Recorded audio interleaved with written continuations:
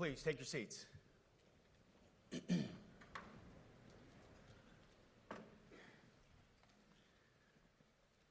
Well, Mr. Chairman, the Joint Chiefs, generals, admirals, commanders, officers, senior enlisted, NCOs, enlisted, and every member of our American military, good morning.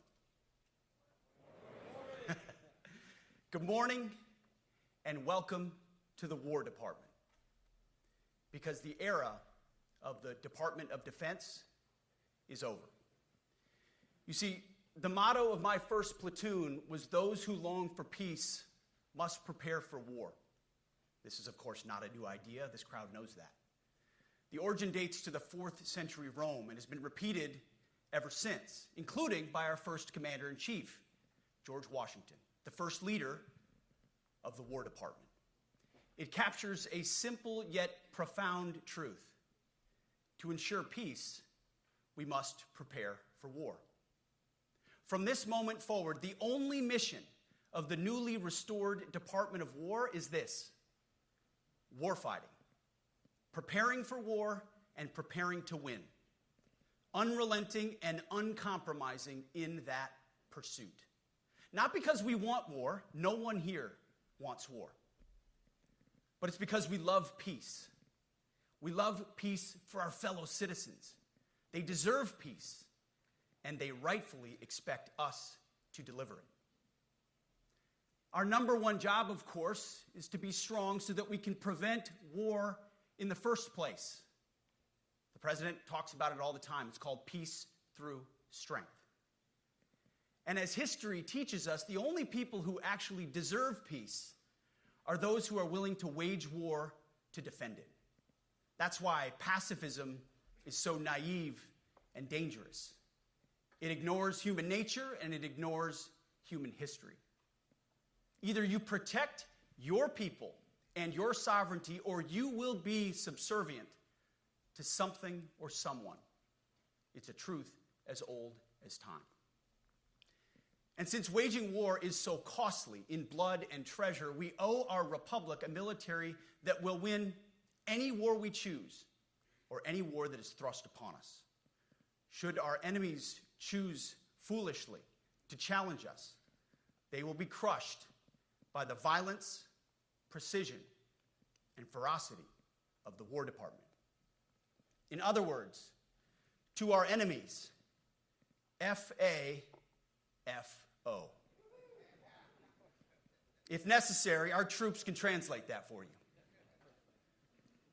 Another way to put it is peace through strength, brought to you by the warrior ethos. And we are restoring both. As President Trump has said, and he's right, we have the strongest, most powerful, most lethal, and most prepared military on the planet. That is true, full stop. Nobody can touch us.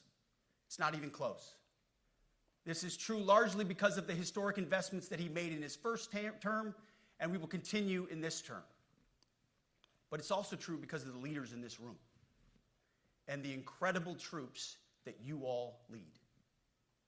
But the world, and as the chairman mentioned, our enemies get a vote. You feel it, I feel it. This is a moment of urgency, mounting urgency. Enemies gather, threats grow. There is no time for games.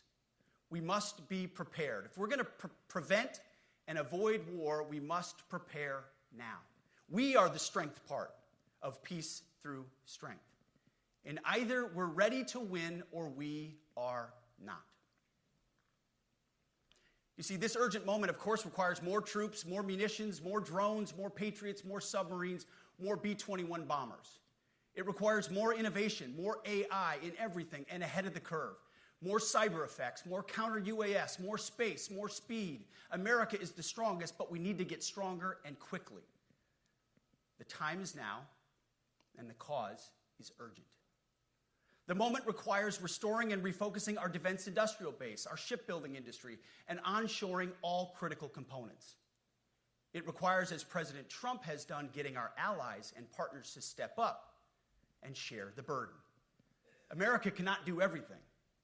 The free world requires allies with real hard power, real military leadership, and real military capabilities. The War Department is tackling and prioritizing all of these things. And I'll be giving a speech next month that'll showcase the speed, innovation, and generational acquisition reforms we are undertaking urgently. Likewise, the nature of the threats we face in our hemisphere and in deterring China is another speech for another day, coming soon. This speech, today, as I drink my coffee, this speech today is about people, and it's about culture. The topic today is about the nature of ourselves. Because no plan, no program, no reform, no formation will ultimately succeed unless we have the right people and the right culture at the War Department. If I've learned one core lesson in my 8 months in this job, it's that personnel is policy. Personnel is policy. The best way to take care of troops is to give them good leaders committed to the warfighting culture of the department. Not perfect leaders, good leaders. Competent, qualified, professional, agile, aggressive, innovative, risk-taking, apolitical, faithful to their oath and to the Constitution. Eugene Sledge, in his World War II memoir, wrote, quote, "War is brutish, inglorious, and a terrible waste. Combat leaves an indelible mark on those who are forced to endure it. The only redeeming factors are my comrades' incredible bravery and their devotion to each other." In combat, there are thousands of variables, as I learned in Iraq and Afghanistan, and as so many of you did in so many more places. Leaders can only control about 3 of them. You control how well you're trained, mostly how well you're equipped, and the last variable is how well you lead. After that, you're on your own. Our warfighters are entitled to be led by the best and most capable leaders. That is who we need you all to be. Even then, in combat, even if you do everything right, you may still lose people because the enemy always gets a vote. We have a sacred duty to ensure that our warriors are led by the most capable and qualified combat leaders. This is one thing you and I can control, and we owe it to the force to deliver it. For too long, we have simply not done that. The military has been forced by foolish and reckless politicians to focus on the wrong things. In many ways, this speech is about fixing decades of decay. Some of it obvious, some of it hidden. Or as the chairman has put it, we are clearing out the debris, removing the distractions, clearing the way for leaders to be leaders. You might say we're ending the war on warriors. I heard someone wrote a book about that. For too long, we've promoted too many uniformed leaders for the wrong reasons, based on their race, based on gender quotas, based on historic so-called firsts. We've pretended that combat arms and non-combat arms are the same thing. We've weeded out so-called toxic leaders under the guise of double-blind psychology assessments, promoting risk-averse, go-along-to-get-along conformists instead. You name it, the department did it. Foolish and reckless political leaders set the wrong compass heading, and we lost our way. We became the woke department, but not anymore.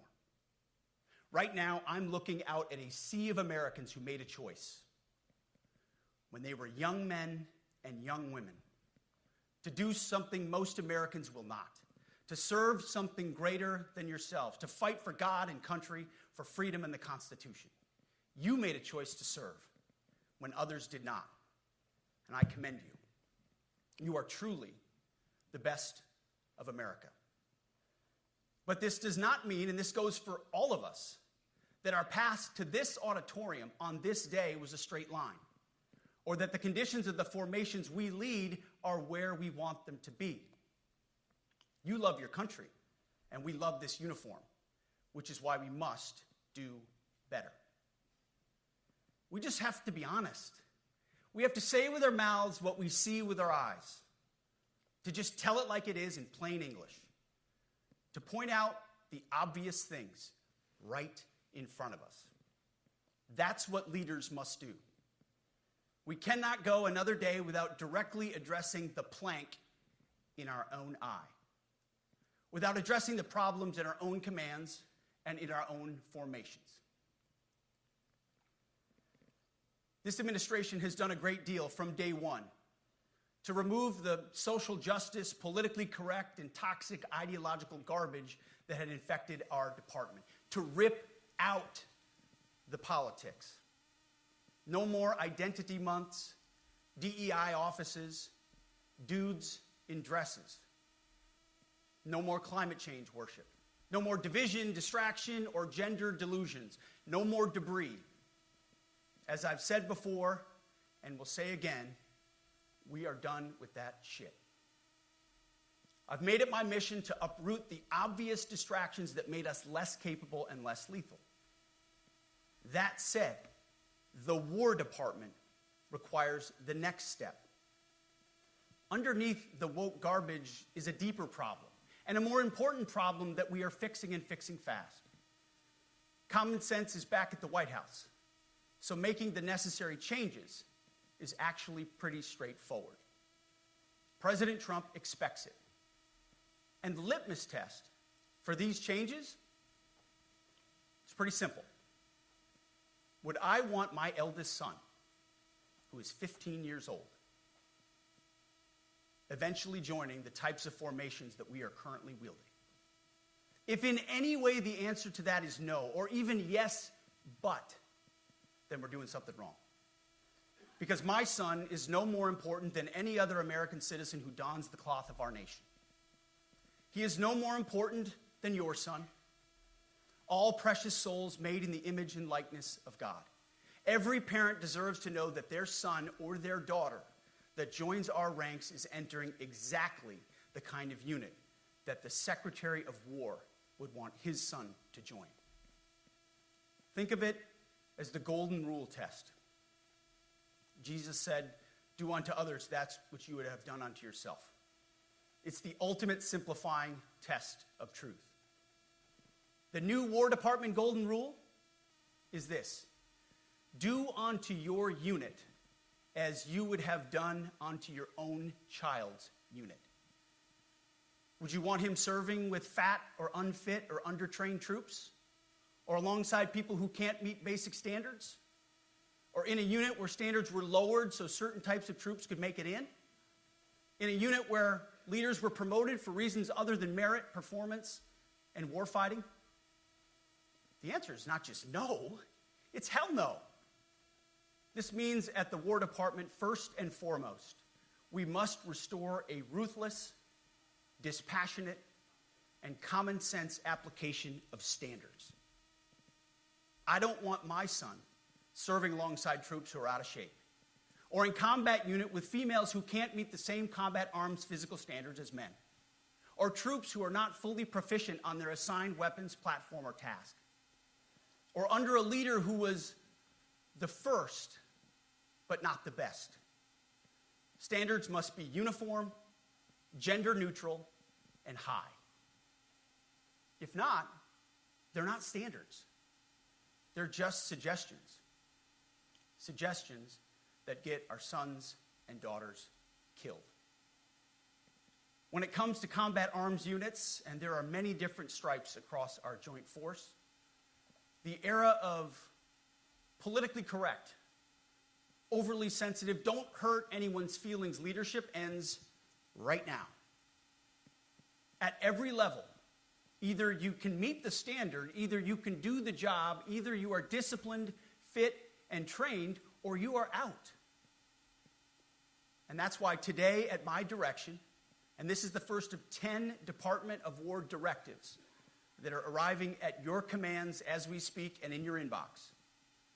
Today, at my direction, each service will ensure that every requirement for every combat MOS, for every designated combat arms position, returns to the highest male standard only.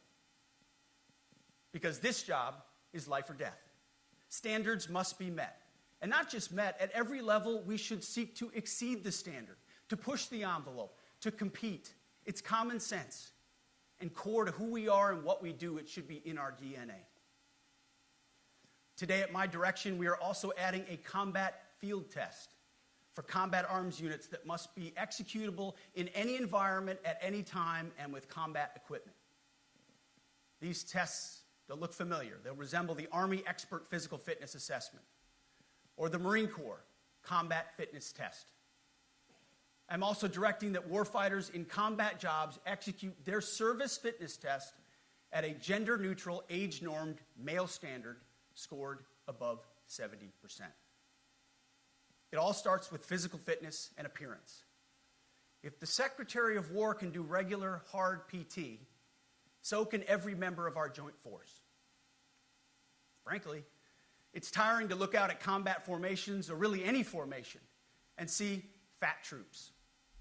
Likewise, it's completely unacceptable to see fat generals and admirals in the halls of the Pentagon and leading commands around the country and the world. It's a bad look.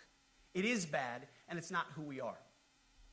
So whether you're an airborne ranger or a chairborne ranger, a brand new private or a 4-star general, you need to meet the height and weight standards and pass your PT test. And as the chairman said, yes, there is no PT test. But today, at my direction, every member of the joint force at every rank is required to take a PT test twice a year, as well as meet height and weight requirements twice a year, every year of service. Also today, at my direction, every warrior across our joint force is required to do PT every duty day. It should be common sense. I mean, most units do that already, but we're codifying it. And we're not talking like hot yoga and stretching. Real hard PT, either as a unit or as an individual. At every level, from the Joint Chiefs to everyone in this room to the youngest private, leaders set the standard. And so many of you do this already. Active, Guard, and Reserve. This also means grooming standards. No more beards, long hair, superficial individual expression. We're going to cut our hair, shave our beards, and adhere to standards. Because it's like the broken windows theory of policing. It's like when you let the small stuff go, the big stuff eventually goes. So you have to address the small stuff. This is on duty, in the field, and in the rear. If you want a beard, you can join Special Forces. If not, then shave. We don't have a military full of Nordic pagans. But unfortunately, we have had leaders who either refuse to call BS and enforce standards, or leaders who felt like they were not allowed to enforce standards. Both are unacceptable. And that's why today at my direction, the era of unprofessional appearance is over. No more beardos. The era of rampant and ridiculous shaving profiles is done. Simply put, if you do not meet the male-level physical standards for combat positions, cannot pass a PT test, or don't want to shave and look professional, it's time for a new position or a new profession. I sincerely appreciate the proactive efforts the secretaries have already taken in some of those areas, service secretaries. And these directives are intended to simply accelerate those efforts. On the topic of standards, allow me a few words to talk about toxic leaders.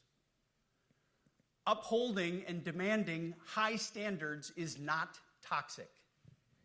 Enforcing high standards, not toxic leadership. Leading warfighters toward the goals of high, gender-neutral, and uncompromising standards in order to forge a cohesive, formidable, and lethal Department of War is not toxic. It is our duty, consistent with our constitutional oath. Real toxic leadership is endangering subordinates with low standards. Real toxic leadership is promoting people based on immutable characteristics or quotas instead of based on merit. Real toxic leadership is promoting destructive ideologies that are an anathema to the Constitution and the laws of nature and nature's God, as Thomas Jefferson wrote in the Declaration of Independence. The definition of toxic has been turned upside down, and we're correcting that. That's why today at my direction, we're undertaking a full review of the department's definitions of so-called toxic leadership, bullying, and hazing, to empower leaders to enforce standards without fear of retribution or second guessing. Of course, you can't do like nasty bullying and hazing. We're talking about words like bullying and hazing and toxic. They've been weaponized and bastardized inside our formations, undercutting commanders and NCOs. No more. Setting, achieving, and maintaining high standards is what you all do. And if that makes me toxic, then so be it. Second, today in our direction, we're ensuring that every service, every unit, every schoolhouse, and every form of professional military education conduct an immediate review of their standards. Now, we've done this in many places already, but today it goes across the entire Department of War. Any place where tried and true physical standards were altered, especially since 2015 when combat arms standards were changed to ensure females could qualify, must be returned to their original standard. Other standards have been manipulated to hit racial quotas as well, which is just as unacceptable. This too must end. Merit only. The president talks about it all the time, merit-based. Here are two basic frameworks I urge you to pursue in this process. Standards I call, my staff's heard all about them, the 1990 test and the E6 test. The 1990s test is simple. What were the military standards in 1990?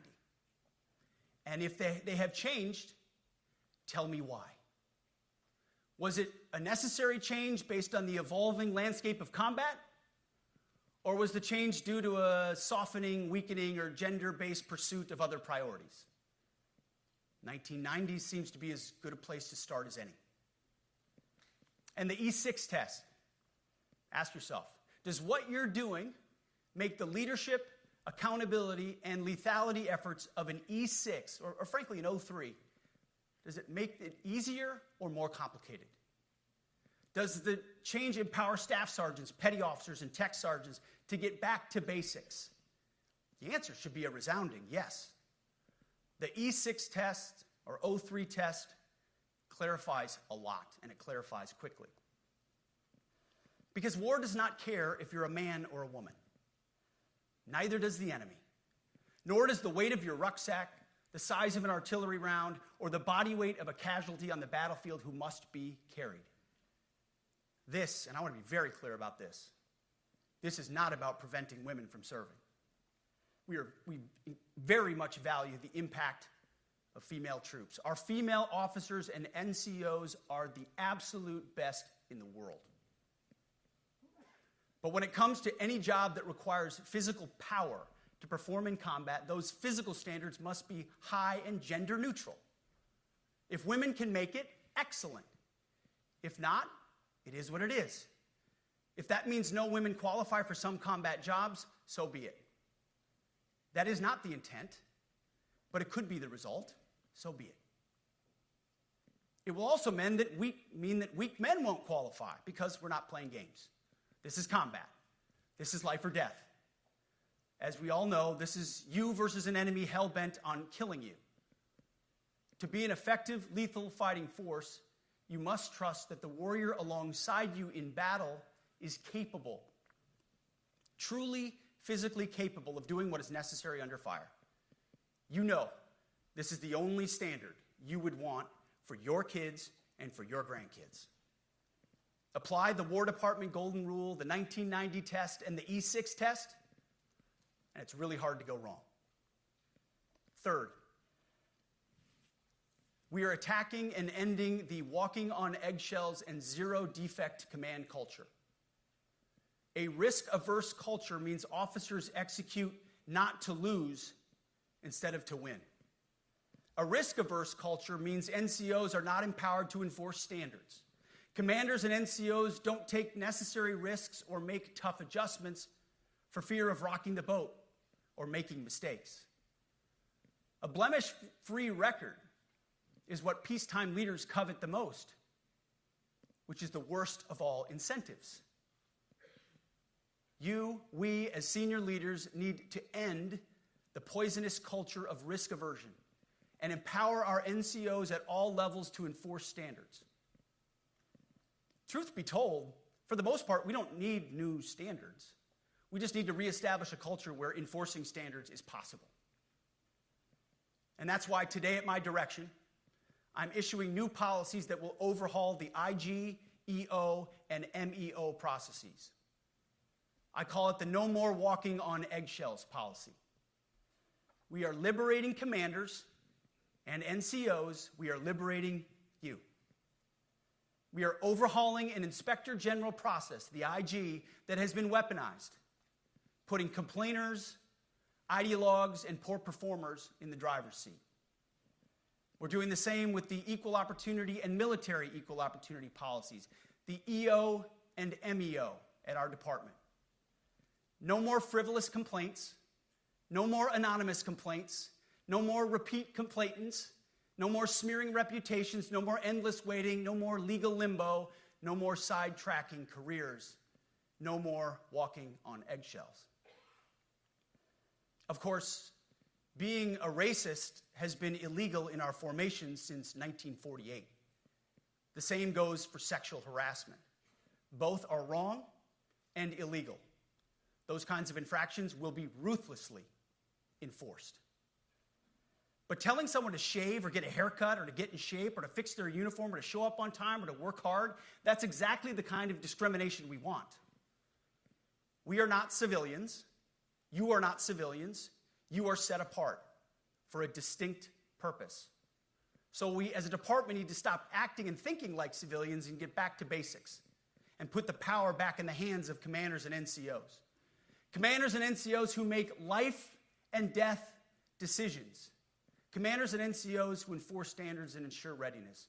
Commanders and NCOs who, in this War Department, have to look in the mirror and have to pass the golden rule test.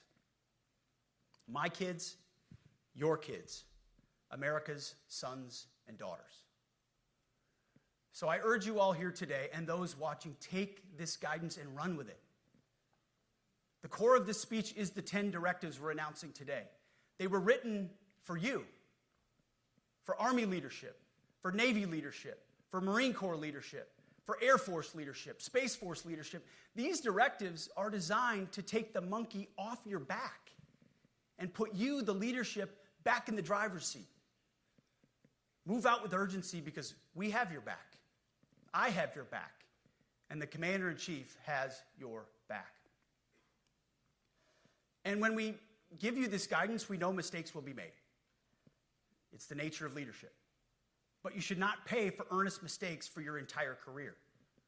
And that's why today, at my direction, we're making changes to the retention of adverse information on personnel records that will allow leaders with forgivable, earnest, or minor infractions to not be encumbered by those infractions in perpetuity. People make honest mistakes, and our mistakes should not define an entire career. Otherwise, we only try not to make mistakes, and that's not the business we're in. We need risk takers and aggressive leaders and a culture that supports you. Fourth, at the War Department, promotions across the Joint Force will be based on one thing: merit. Colorblind, gender-neutral, merit-based. The entire promotion process, including evaluations of warfighting capabilities, is being thoroughly re-examined.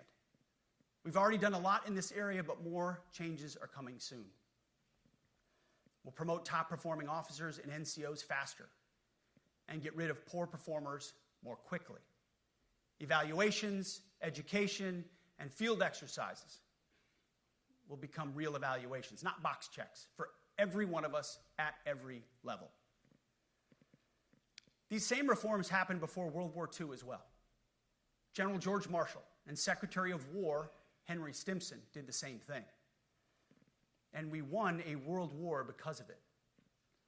As it happens, when he started the job, Chairman Kane gave me a frame and a photo to hang in my office. A matching frame and photo hangs in his. It's a photo of Marshall and Stimson preparing for World War II.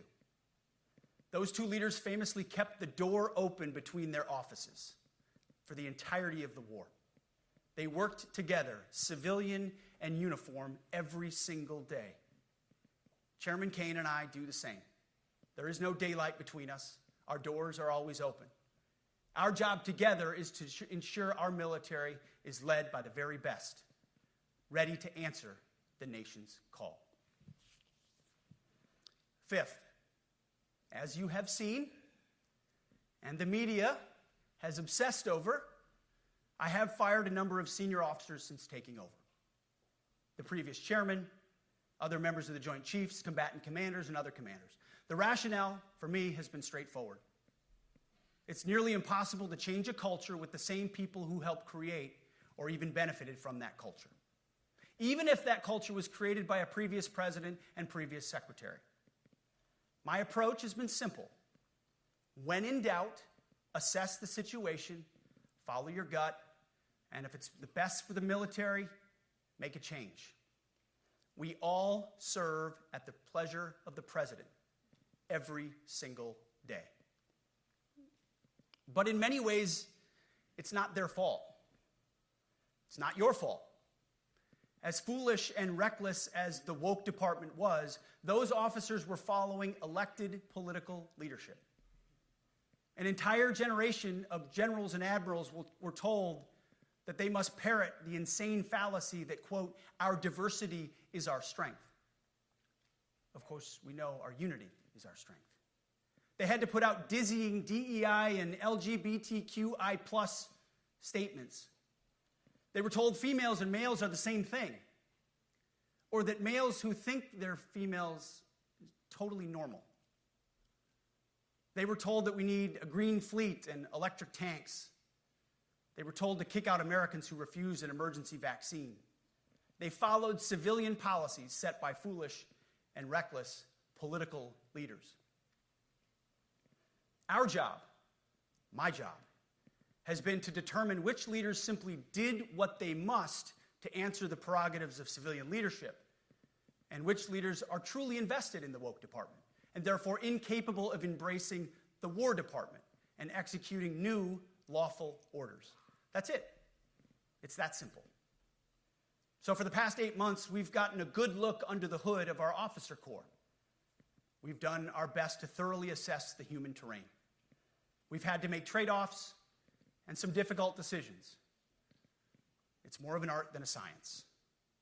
We have been and will continue to be judicious, but also expeditious. The new compass heading is clear. Out with the Shirellis, the Mackenzies, and the Millies, and in with the Stockdales, the Schwarzkopfs, and the Pattons. More leadership changes will be made, of that I'm certain. Not because we want to, but because we must. Once again, this is life and death. The sooner we have the right people, the sooner we can advance the right policies. Personnel is policy. But I look out at this group, and I see great Americans. Leaders who have given decades to our great republic, at great sacrifice to yourselves and to your families. But if the words I'm speaking today are making your heart sink, then you should do the honorable thing and resign. We would thank you for your service. But I suspect, I know, the overwhelming majority of you feel the opposite. These words make your hearts full. You love the War Department because you love what you do, the profession of arms. You are hereby liberated to be an apolitical, hard-charging, no-nonsense, constitutional leader that you joined the military to be. We need you locked in on the M, not the D, the E, or the I, not the DEI or the DIE of dime. By that I mean the M, military, of the instruments of national power. We have entire departments across the government dedicated to diplomatic, informational, and economic lines of effort. We do the M. Nobody else does. And our GOFOs need to master it in every domain and every scenario.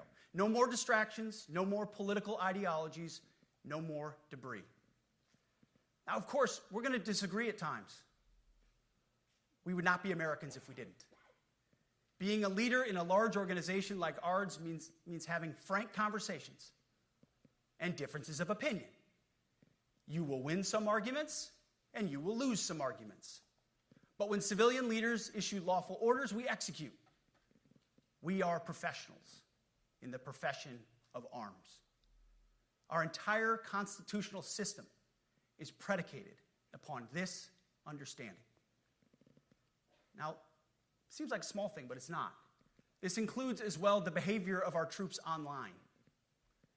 To that end, I want to thank and recognize the services for their new proactive social media policies. Use them. Anonymous, online, or keyboard complaining is not worthy of a warrior. It's cowardice masquerading as conscience. Anonymous, unit-level social media pages that trash commanders, demoralize troops, and undermine unit cohesion must not be tolerated. Again, O3s, E6s. Sixth, we must train and we must maintain. Any moment that we are not training on our mission or maintaining our equipment is a moment we are less prepared for preventing or winning the next war. That is why today, at my direction, we are drastically reducing the ridiculous amount of mandatory training that individuals and units must execute. We've already ended the most egregious. Now we're giving you back real time. Less PowerPoint briefings and fewer online courses, more time in the motor pool, and more time on the range. Our job is to make sure you have the money, equipment, weapons, and parts to train and maintain, and then you take it from there. You all know this because it's common sense. The tougher and the higher the standards in our units, the higher the retention rates in those units. Warriors want to be challenged. Troops want to be tested. When you don't train and you don't maintain, you demoralize. And that's when our best people decide to take their talents to the civilian world. The leaders who created the woke department have already driven out too many hard chargers. We reverse that trend right now. There is no world in which high-intensity war exists without pain, agony, and human tragedy. We are in a dangerous line of work. You are in a dangerous line of work. We may lose good people. But let no warrior cry out from the grave, "If only I had been properly trained." We will not lose warfighters because we failed to train or equip them or resource them. Shame on us if we do. Train like your warriors' lives depend on it, because they do. To that point, basic training is being restored to what it should be: scary, tough, and disciplined. We're empowering drill sergeants to instill healthy fear in new recruits, ensuring that future warfighters are forged. Yes, they can shark attack, they can toss bunks, they can swear, and yes, they can put their hands on recruits. This does not mean they can be reckless or violate the law, but they can use tried and true methods to motivate new recruits, to make them the warriors they need to be. Back to basics at basic as well. Of course, and you know this, basic training is not where mission readiness should end. The nature of the evolving threat environment demands that everyone, in every job, must be ready to join the fight if needed. A core credo of the Marine Corps is every Marine a rifleman. It means that everyone, regardless of MOS, is proficient enough to engage an enemy threat at sea, in the air, or in a so-called rear area.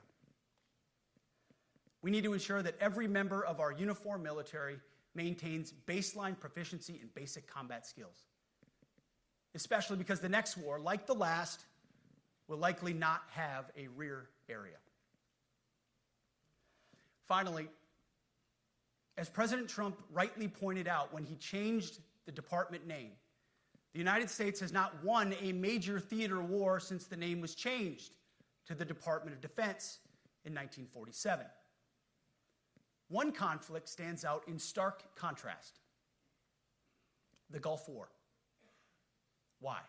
Well, there's a number of reasons, but it was a limited mission with overwhelming force and a clear end state.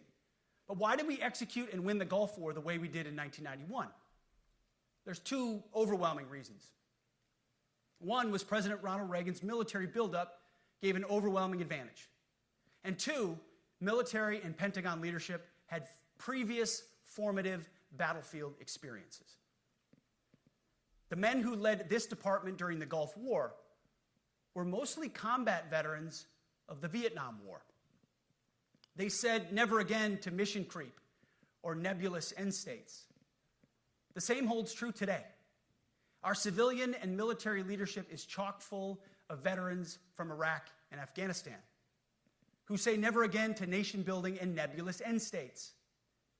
This clear-eyed view, all the way in the White House, combined with President Trump's military buildup, postures us for future victories if, and we will, and when we embrace the War Department. And we must. We are preparing every day. We have to be prepared for war, not for defense. We're training warriors, not defenders. We fight wars to win, not to defend. Defense is something you do all the time. It's inherently reactionary and can lead to overuse, overreach, and mission creep. War is something you do sparingly, on our own terms, and with clear aims. We fight to win. We unleash overwhelming and punishing violence on the enemy. We also don't fight with stupid rules of engagement. We untie the hands of our warfighters to intimidate, demoralize, hunt, and kill the enemies of our country.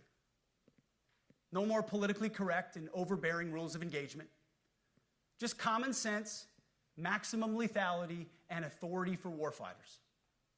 That's all I ever wanted as a platoon leader. And it's all my E6 squad leaders ever wanted, back to that E6 rule. We let our leaders fight their formations, and then we have their back. It's very simple, yet incredibly powerful. A few months ago, I was at the White House when President Trump announced his Liberation Day for America's trade policy. It was a landmark day. Well, today is another Liberation Day. The liberation of America's warriors, in name, in deed, and in authorities. You kill people and break things for a living. You are not politically correct and don't necessarily belong always in polite society. We are not an army of one. We are a joint force of millions of selfless Americans. We are warriors. We are purpose-built, not for fair weather, blue skies, or calm seas. We were built to load up in the back of helicopters, 5 tons, or Zodiacs in the dead of night, in fair weather or foul, to go to dangerous places, to find those who would do our nation harm, and deliver justice on behalf of the American people in close and brutal combat if necessary. You are different. We fight not because we hate what's in front of us. We fight because we love what's behind us. You see, the Ivy League faculty lounges will never understand us, and that's okay, because they could never do what you do. The media will mischaracterize us, and that's okay, because deep down they know the reason they can do what they do is you. In this profession, you feel comfortable inside the violence so that our citizens can live peacefully. Lethality is our calling card, and victory our only acceptable end state. In closing, a few weeks ago, at our monthly Pentagon Christian prayer service, I recited a commander's prayer. It's a simple yet meaningful prayer for wisdom for commanders and leaders. I encourage you to look it up if you've never seen it.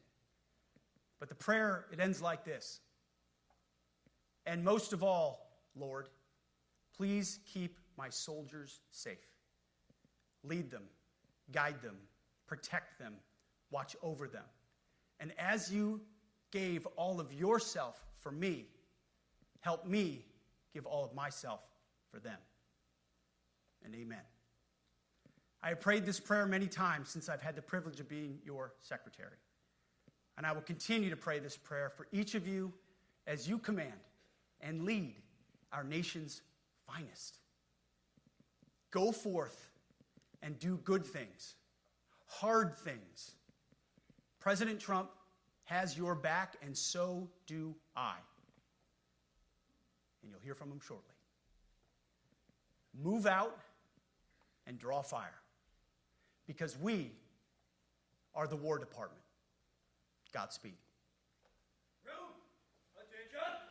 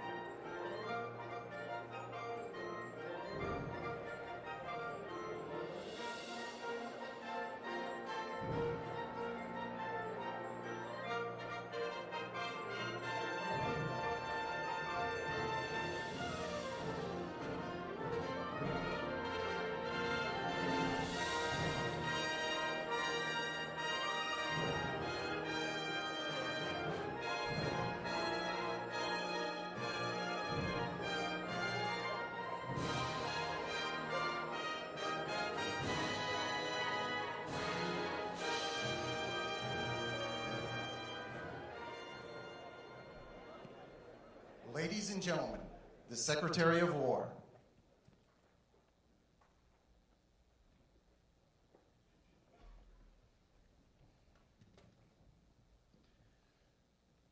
Well, you've heard from me, so now it's the main event, our Commander-in-Chief. I have the privilege every single day of watching him put America first, of ensuring that our warfighters have everything they need. His compass is clear. He's easy to follow because you know he has our back. I was thinking backstage, the man who was the Commander-in-Chief when the War Department was created was George Washington. The man who was president when the War Department was reestablished is President Trump. And when he found out about this gathering of senior leaders, he said, I would be honored to come in order to address and thank the incredible Americans who defend our nation. He has a heart full of gratitude and love for what you do, and we get a chance to see it every day. And I'm honored that this morning you all firsthand get to see it as well. So ladies and gentlemen, join me in welcoming the 45th and 47th President of the United States, our Commander-in-Chief, Donald J. Trump.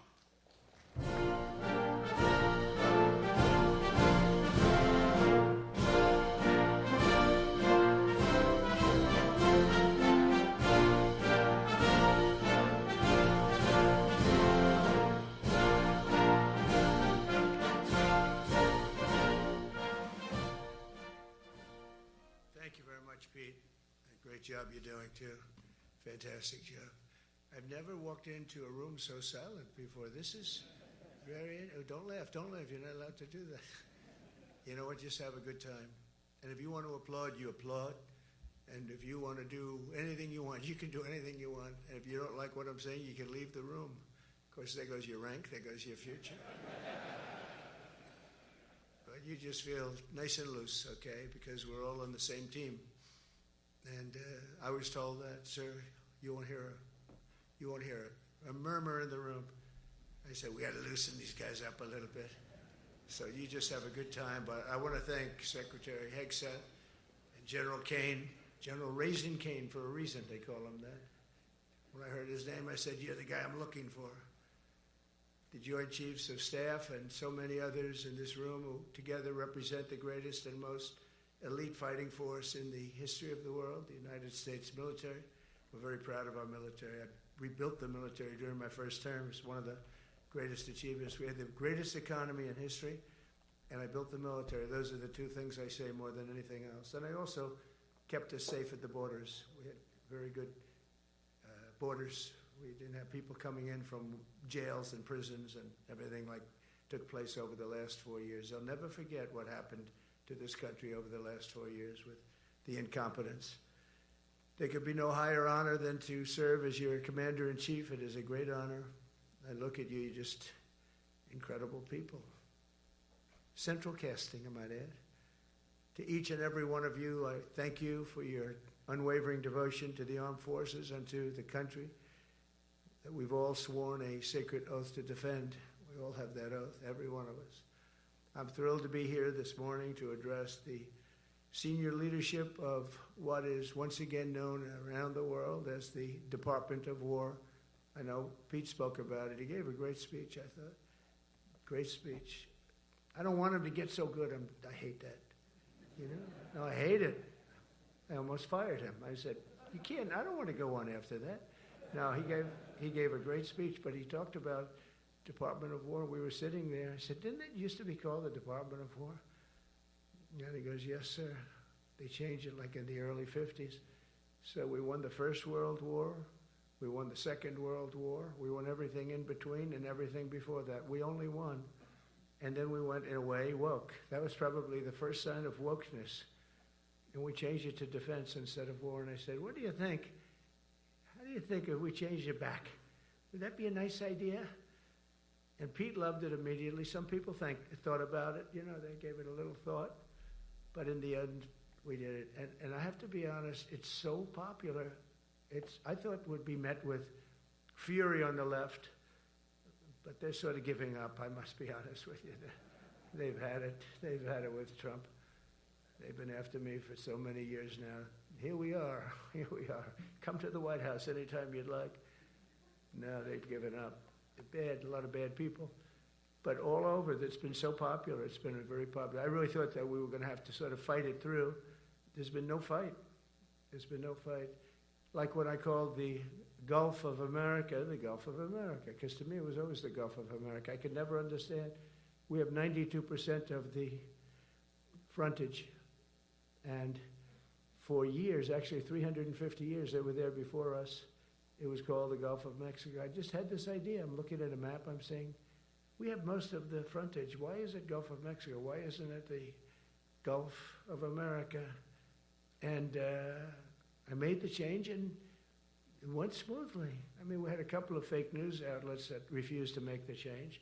And then one of them, AP, took us to court, and we won. And the judge, who was a somewhat liberal judge, said, the name is the Gulf of America, because AP refused to call it the Gulf of America. They wrote, they're not a good outfit, by the way. They call it the Gulf of Mexico. I said, no, the Gulf of America is the name. And the judge actually said that, in fact, you can't even go into the room because what you're doing is not appropriate. The name is the Gulf of America. Google Maps changed the name. Everybody did, but AP wouldn't, and then we won in court. How about that? Isn't that so cool? The Secretary Hegseth beautifully described the name change reflects far more than the shift in branding. It's really a historic reassertion of our purpose and our identity and our pride. That's when we go with the word war. And you know, we want war because we want to have no wars, but you have to be there, and you know, sometimes you have to do it. I have settled so many wars since we're here. We're here almost 9 months, and I've settled 7, and yesterday we might have settled the biggest of them all, although I don't know. Pakistan, India was very big. Both nuclear powers, I settled that.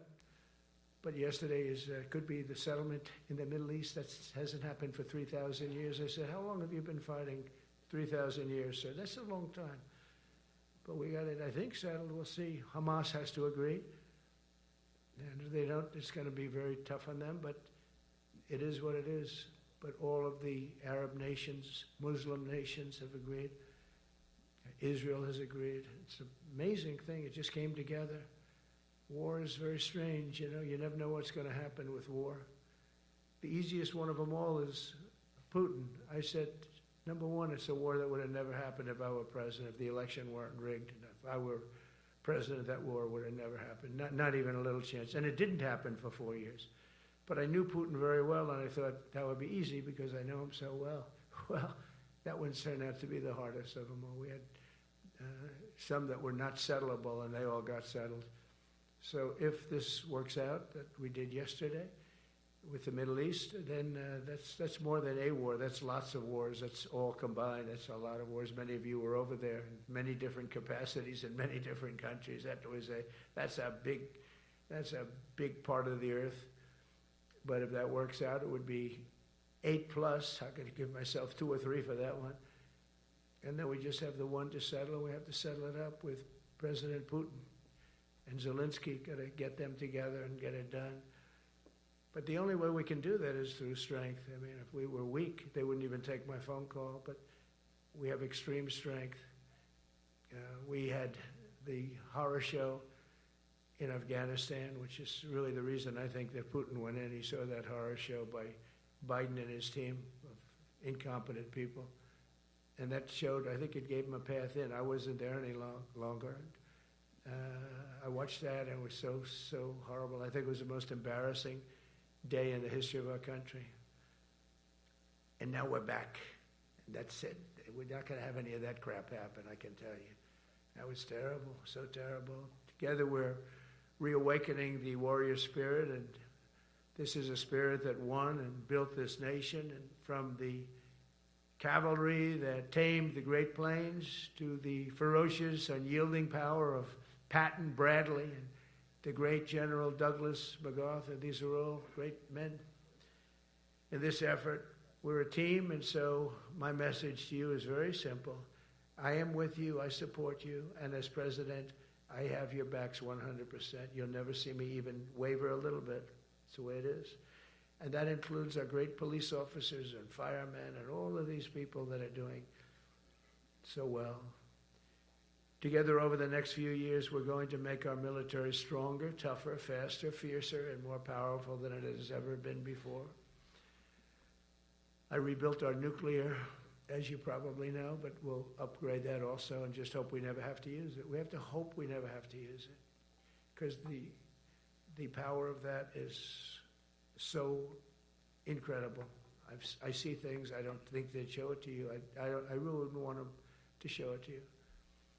But when you see the result of what's left, you never want to use that. Never, never, ever. We were a little bit threatened by Russia recently, and I sent a submarine, nuclear submarine, the most lethal weapon ever made. Number one, you can't detect it. There's no way. We're 25 years ahead of Russia and China in submarines. Russia's actually second in submarines. China's third, but they're coming up. They're coming up. They're way lower in nuclear too, but in 5 years they'll be equal. They're coming up. And you don't have to be that good with nuclear. You could have 1/20th what you have now and still do the damage that would be, that'd be so horrendous. But I announced that, based on his mention of nuclear, and it was really a stupid person that works for him mentioned the word nuclear, I moved a submarine or two, I won't say about the two, over to the coast of Russia, just to be careful, because we can't let people throw around that word. I call it the N-word. There are two N-words, and you can't use either of them. You can't use either of them. And frankly, if it does get to use, we have more than anybody else.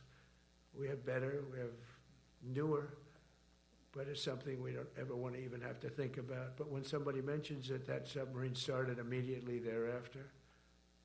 And it's just lurking, but I'm sure we're not going to have to use it. But it's an amazing, it's undetectable, totally. Ours is, theirs isn't. Theirs are totally detectable. We can detect them easily. We go right to the spot. But we have genius apparatus that doesn't allow detection. It doesn't allow detection at all by anybody above water or below water. It's incredible. We're way ahead of everybody in that and other things. As a result of the exciting renewal of the spirit of our armed forces, and that's what it is. It's really reaching that spirit, unprecedented heights. Over the past 8 months, new enlistments, I'm so proud of this, have surged to record highs, the highest we've ever had. And we used to have recruiting shortages. If you remember, about a year and a half ago, I was at the beginning stage of a campaign, and things came out that you couldn't get people to join the armed forces. And by the way, the police also. Fire department. I always put the fire department in because they're great.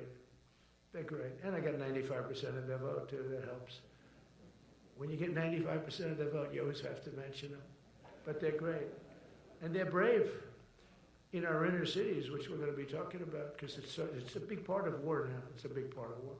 But the firemen go up in ladders, and you have people shooting at them while they're up in ladders. I don't even know if anybody heard that. And I said, don't talk about it much, but I think you have to. Our firemen are incredible. They're up in one of these ladders that goes way up to the sky, rescuing people, and you have animals shooting at them, shooting bullets at firemen that are way up in death territory. You fall off that ladder, it's over.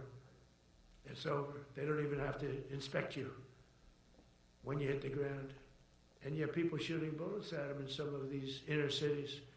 We're not going to let that happen. So I always mention the firemen because that's actually a big problem we have. They are unbelievable. Like you, they're unbelievable people. For the first time on record in 2025, the Navy, Air Force, and Space Force all met or surpassed their recruiting goals 3 months early. That never happened before. And the Army did even better. Congratulations, Army. They met everything. And these were the highest standards because we're making it larger. So these were much higher standards than you had 4 years ago, 3 years ago, during the Sleepy Joe Biden era. And the Army did it 4 months early. And you remember, a year and a half ago, they said the big stories that we're way behind with the Army, Air Force, the Navy, the Marines. We're way behind, Coast Guard. And even Space Force. I love Space Force because that was my creation. You know, when you create something, I love it. And the people we put in there were good. I got that right. We put in great people initially, and we've really dominated. We really dominate in that sphere now. We're way behind China and Russia, and now we dominate. Space Force turned out to be a very important thing. I said from the beginning, you know, when Biden came into office, he wanted to terminate it. He said, and this thing called Space Force, so we could get rid of that. And he got hammered by the people in this room for even suggesting it, because it's very important, one of the most important. And as time goes by, it'll get more and more important. But we're now at 106% of our recruiting targets for the year, and that's the best in far more than a generation. And for the Marines, morale is so strong that the Marine Corps will meet its 2026 retention targets before the end of October, which never happens. And that's the earliest it's ever happened in the history of our country. And it makes you feel good, you know. I felt guilty. I'd go make a speech in front of never people like you. You are the leaders, but people, soldiers. And I felt embarrassed because there'd be stories about, you know, we couldn't fill up our Army, Navy, Air Force. We couldn't fill them up. And it was headlines. It was during Biden's 4 years, the auto pen. I call him the auto pen. It's, how would you like to have your thing signed by an auto pen? You know, when I have a general and I have to sign for a general because we have beautiful paper, the gorgeous paper, I said, throw a little more gold on it. They deserve it. I want the A paper, not the D paper. We used to sign a piece of garbage. I said, this man's going to be a general, right? Yeah. I don't want to use this. I want to use the big, beautiful, firm paper. I want to use the real gold writing when you talk about the position, and they're beautiful. And, but how would you like to have that where some kid sitting in the back office is having it signed with an auto pen? I thought about it, and I thought about you people first, admirals, generals. I said, somebody works his whole life. He gets into maybe the academies or wherever, but however you got there, and you go through years of work, and now you become an admiral or a general or whatever. And when you do, the President of the United States signs your commission, as you know, and that commission is beautifully displayed. And I sign it. Actually, I love my signature. I really do. Everyone loves my signature. But I signed it very proudly, and I always think to myself, how can you have an auto pen sign this? It's just so disrespectful. To me, it's just totally disrespectful. And it turned out that almost everything he did was signed by auto pen, except for when he gave his son, Hunter, pardon. He signed that one. And that's actually the worst signature I've ever seen. That was the bad. The auto pen looks much better. But as leaders, our commitment to every patriot who put on the uniform is to ensure that American military remains the most lethal and dominant on the planet, not merely for a few years, but for the decades and generations to come, for centuries. We must be so strong that no nation will dare challenge us, so powerful that no enemy will dare threaten us, and so capable that no adversary can even think about beating us. And we've had it recently. I had India and Pakistan were going at it, and I called them both. And in this case, I used trade. I'm not going to trade with you. Used to 2 nuclear nations, big nuclear. And no, you cannot do that. I said, yes, I can. You go into this freaking war that I'm hearing about. You know, actually, they just shot down 7 planes. 7 planes, it was starting. There's a lot of bad blood. And I said, you do this, there's not going to be any trade. And I stopped the war. It was raging for 4 days, but that was just the beginning. And we stopped it. It was a great thing. And the Prime Minister of Pakistan was here, along with the Field Marshal, who's a very important guy in Pakistan, and he was here 3 days ago. And I didn't even realize it as beautiful as he said it, but he said that to a group of people that were with us, 2 generals, but a group, he said, this man saved millions of lives because he saved the war from going on, and that war was going to get very bad, very, very bad. President Trump saved millions and millions of lives. That was a bad war. And I was very honored. I loved the way he said it. Susie Wiles was there. She said that was the most beautiful thing. But we saved a lot of them. Saved a lot of them.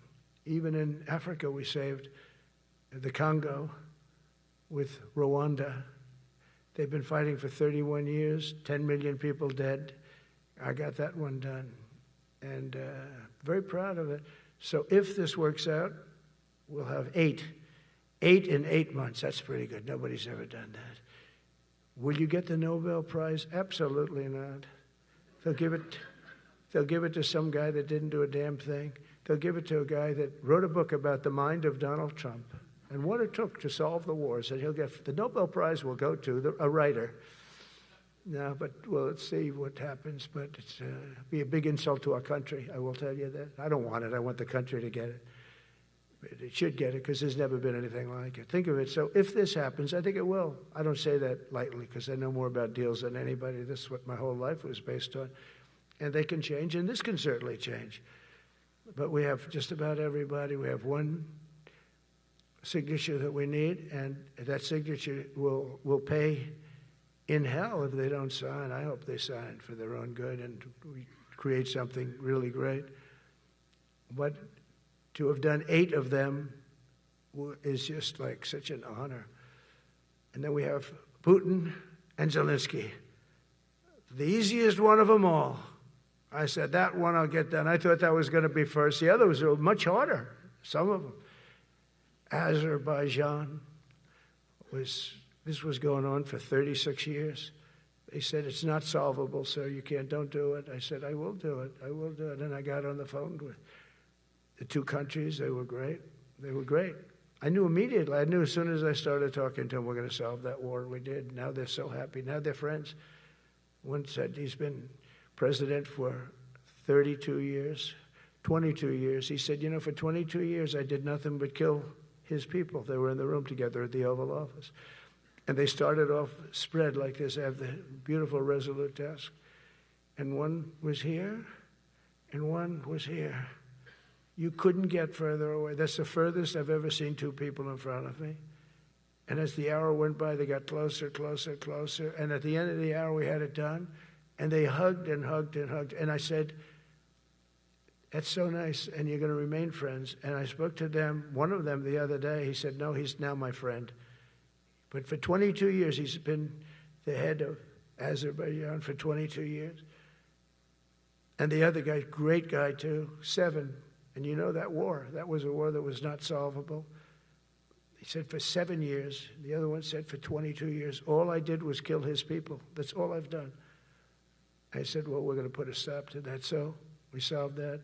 So it's a great thing. It's a great feeling. You're saving Kosovo and Serbia. You're saving so many lives doing this if you can do it.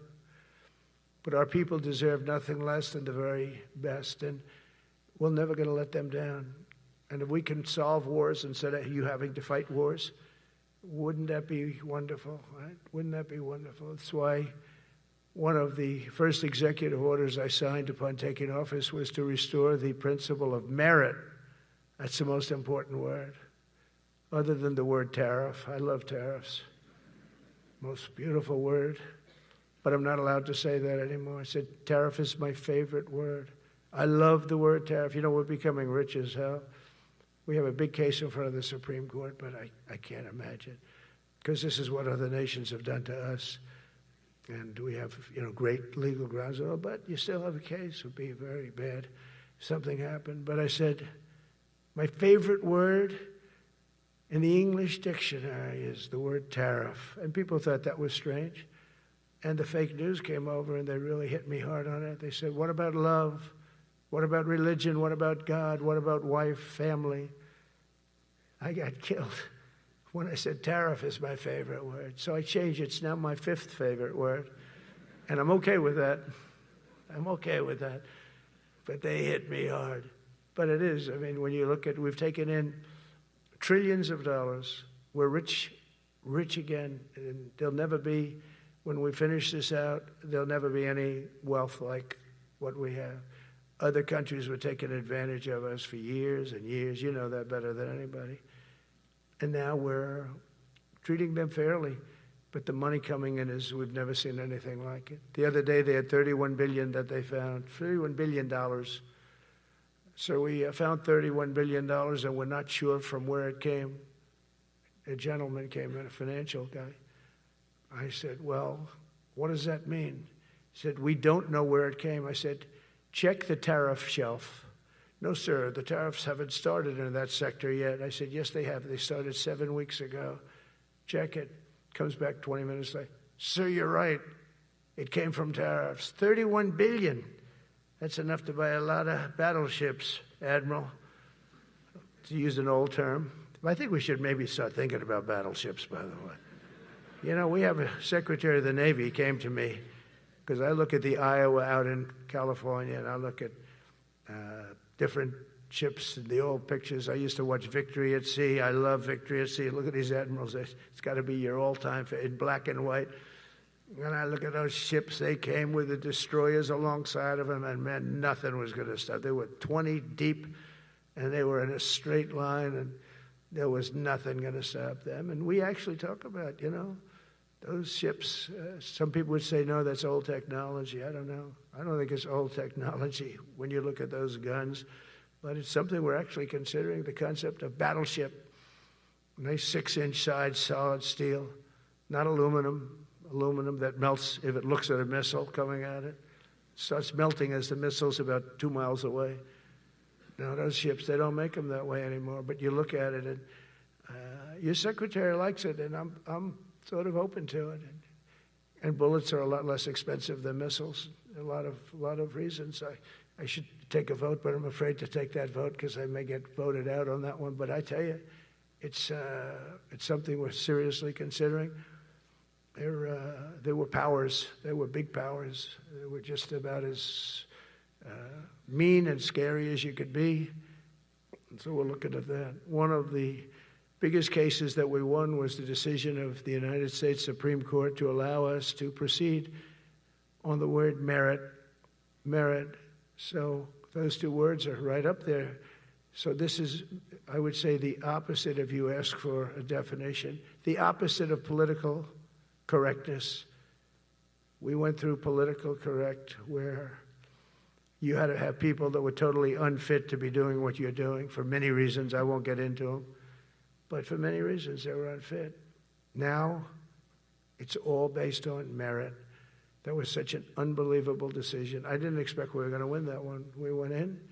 We said we needed it. We went in for colleges, you know, where kids with a C average are getting into the best colleges, and the kids with A averages won't get in. And kids with the highest boards and the highest marks and the best marks couldn't get into the best schools. And people that had not good boards and not very good marks, I mean, okay, but nothing special, they were getting into our best colleges. I said, this is just crazy. You can't run a country like this.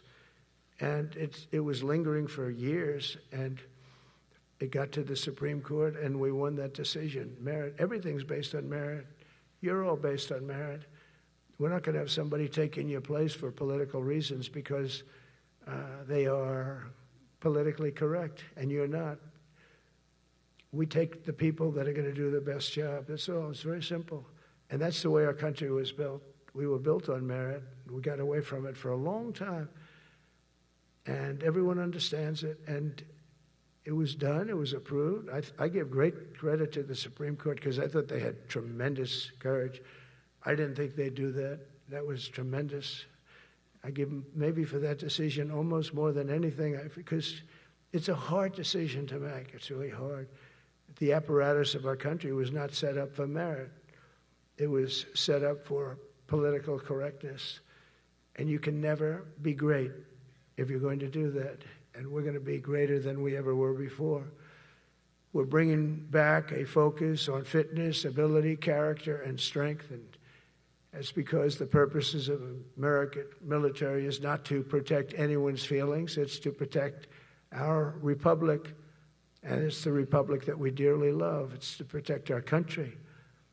We will not be politically correct when it comes to defending American freedom, and we will be a fighting and winning machine. We want to fight, we want to win, and we want to fight as little as possible. You have to count on people like me to keep you out of wars, because we don't want to go into wars. Many of the wars that I just told you about, we could have entered those wars and settled them in a different way, lose a lot of our troops.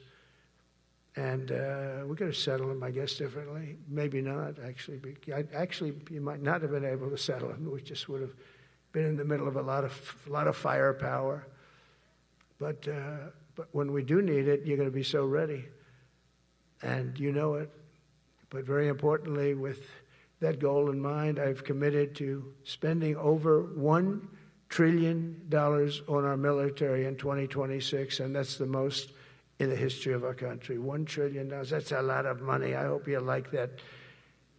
Ma'ams and sirs, I hope you like it. That's a hell of a lot of money. We have the best of everything. Every branch is seeing major investments, and as I announced in the Oval Office in March, we are rapidly moving forward with the first ever 6th generation fighter jet. I didn't name it. I did not name it. Boeing came in and they said, "Sir, this is our submittal. It's the greatest fighting jet ever done." And you know, they're testing all these planes, all the companies are testing, and this one tested like through the roof. And they said, "We'd like to name it the F-47. I said, "All right, let me think about it." Then after thinking for about 2 seconds, I said, "Okay." You know what that means, 47, I'm 47. So I'm 45, 46, and 47, you know, if you think about it. I just don't want the credit for 46. I don't want to have their open borders and people coming in from all over the world, including jails and mental institutes. I don't want that on my record, but I like having it. We're investing tens of billions of dollars in modernizing our nuclear deterrence capabilities like never before.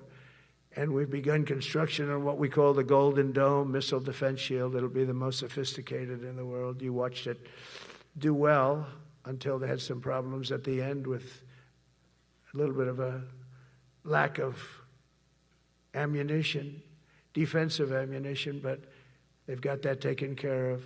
But I tell you, it's what we're doing is so good, and we deserve it. You know, we help other countries with it. We don't have it ourselves. And Canada called me a couple of weeks ago. They want to be part of it. To which I said, "Well, why don't you just join our country? You become 51, become the 51st state, and you get it for free." So I don't know if that made a big impact, but it does make a lot of sense. It actually makes, because they're having a hard time up there in Canada now, because as you know, with tariffs, everyone's coming into our country. We have more investment than we've ever had before, $17 trillion coming in. As an example, in 4 years, Biden didn't have $1 trillion. We have $17 trillion more than that in 8 months coming in. And they're coming in from Canada, Mexico, from Europe, from all over. AI, auto plants. Everybody's coming back to the United States. Under my budget, we will be expanding the U.S. Navy by at least 19 ships next year, including submarines, destroyers, assault ships, and more. And it's going to be much more than that as we go along, because we basically don't build ships anymore. We do build submarines, but we don't build ships.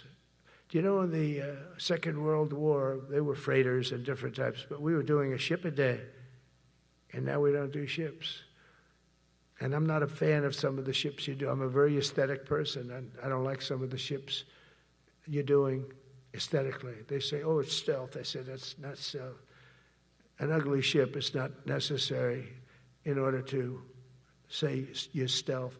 By the way, the B-2 bombers were incredible. That is stealth. They went into that. I was with General Kane and Pete were in we call it the war room, but we're watching them go in, and they were totally untouched. They were not seen. They were literally not seen. They dropped their bombs. They hit every single one of them, hit its target. It was total obliteration.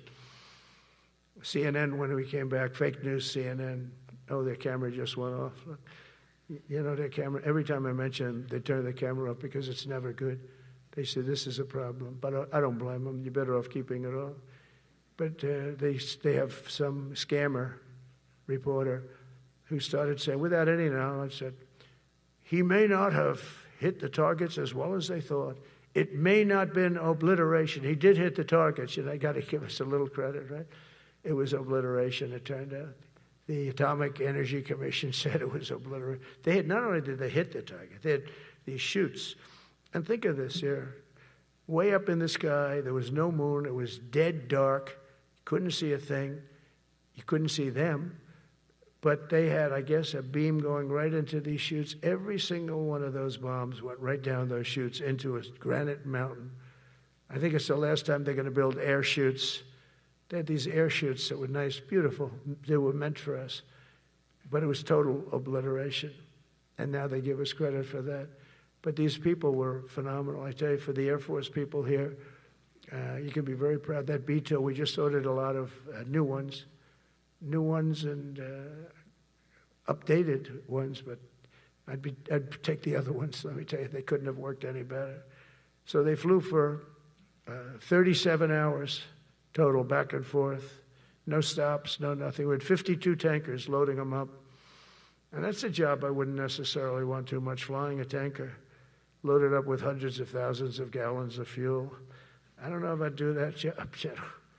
I asked the question, what happens if it gets hit? Sir, you don't want to know about that, right? I don't want to know about that. But those guys, they just hear us. They're incredible. I had them all to the Oval Office. We had the B-2 pilots and a lot of the people, even the people that took care of them, the maintenance people, just as important. We had them all to the White House, gave them a big party on the lawn, brought some of them into the Oval Office.